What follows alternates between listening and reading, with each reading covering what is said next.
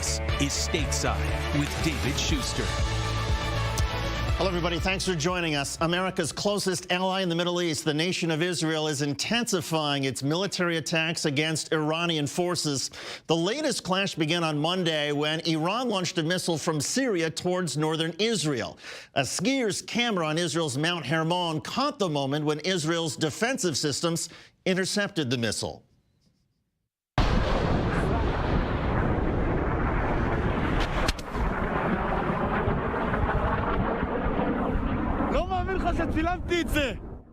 I can't believe I filmed that, the man said. Israel's military could not believe that Iran would launch such a brazen attack. And within hours, Israeli warplanes struck Iranian targets in Syria. The Israeli military released this gun camera video and took responsibility for the strikes on Iranian positions in real time. Syrian authorities say the Israeli bombardment killed at least 12 Iranian soldiers. Israel's prime minister, who faces a re-election challenge in April and just appeared at an airport ceremony in Eilat in southern Israel, said that his nation is prepared to attack Iranian and Syrian targets again. We are operating both against Iran and against the Syrian forces that are abetting the Iranian aggression. We will strike at anyone who tried to harm us. Whoever threatens to eliminate us bears full responsibility. U.S. and Israeli analysts say that Iranian forces, commanders, and their proxies have been operating in southern Syria for the past 2 years, and Israel has carried out dozens of airstrikes over the past 18 months. But Israeli authorities, including the intelligence minister, are now describing the clash with Iran as an open confrontation. And U.S. Secretary of State Mike Pompeo, who addressed the World Economic Forum in Switzerland on this day, said that Israel has America's full support in attacking Iran. The threat from the Islamic Republic of Iran is very real. You mentioned Yemen, you mentioned Syria. Those are places where Iran is truly the malign actor. In this case, Israeli officials, including their ambassador to the United Nations, are saying that Iran acted alone. This missile was not launched by Iran's proxies, its Shiite militias, or Syrian forces. Instead, Iran's Quds Force, an elite unit in its Revolutionary Guard Corps, is responsible for this attack. Let's get into all of this with Steve Rogers, retired military intelligence officer. He joins us here in New York, and Joel Rubin, president of the Washington Strategy Group and former deputy assistant secretary of state under President Obama. Steve, first to you. What was your reaction when you heard about this conflagration between Iranian forces and Israel? My reaction was that the Israeli government has every reason to protect themselves. There's no reason for Iran to do what they have done, not only to Israel, but worldwide. Iran is a mischief maker. They create trouble around the world. And look, if somebody was, I could imagine somebody shooting a missile into a U.S. state, we would respond in kind. The Israelis were right to protect themselves. Joel, what was Iran after with this single missile fired essentially into a ski resort in northern Israel? Yeah, this ski resort, and I've been on the Golan many times. It's deplorable that Iran is firing missiles into Israel, but what we are seeing should not be unanticipated. It should not be a surprise.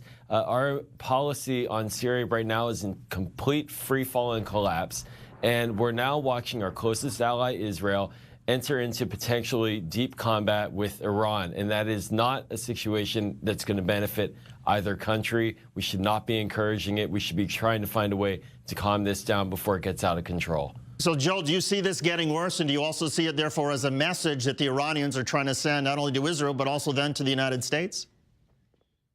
I do. I think that we've seen Iran engage aggressively in Syria in a way that is very damaging to the Syrian people and propping up Bashar al-Assad. But again, this is not a surprise. And even an assessment by the Trump administration, an internal assessment at the State Department, has concluded that our current policy towards Iran is not working. It's not holding back Iranian aggressive behavior in the region. It has not done anything to curtail their activities in Syria. And so we need a different approach. That means we need to have a more aggressive diplomatic approach. That means that we need to get the upper hand. Right now, we don't have the upper hand diplomatically, and Iran is taking full advantage of it. And the result is that Israel now has a hot war on its northern border. Steve, would it help Israel if the United States kept its troops in Syria instead of removing them? I don't believe that one thing has to do with another. President Trump made it clear that those troops were there to defeat ISIS. We did that. But remember this, that the President of the United States has made it clear to everyone on this earth that the United States will back Israel when it comes to protecting their people. And let's remember this. For years, I've heard take a diplomatic approach. You can't take a diplomatic approach with a country, Iran, that doesn't care about diplomacy. They are mischief makers. They're looking to destroy Israel. So I think at this point in time, the Israelis had to take the action necessary to protect their people. And as Secretary of State Pompeo said, we, the United States, will be there shoulder to shoulder with our ally, Israel. Is there a danger, though? And look, this was one missile fired by Iranian forces in southern Syria at a ski resort, but there are hundreds of thousands of Hezbollah fighters who have rockets pointed at Israel in the same region. Is that the greater danger, that all of a sudden they decide to unleash all of these rockets instead of just one? And for years have launched rockets into Israeli territory. For years. This has been going on for years. The Israelis want peace. President Trump said he wants peace. Everyone but Hezbollah and the Iranians want peace. So yes, you would hope that they would get some sense into their heads, meaning the Iranian government and Hezbollah, and say maybe we should sit down and talk. But unless they're willing to do that, well, they're going to, force is going to be met with force. And this is why Israel, look, they're not into this for any other reason than to protect themselves. IDF, the word defense, Israeli Defense Forces. They're not on the offensive. They don't go and create trouble. They're trying to defend their people. Joe, there's some danger here with the Russians, I suppose. The Russians have condemned this and said this was inappropriate for Israel to launch these attacks so deep into Syria, into Damascus. What's your reaction in terms of the Russians' role in all of this?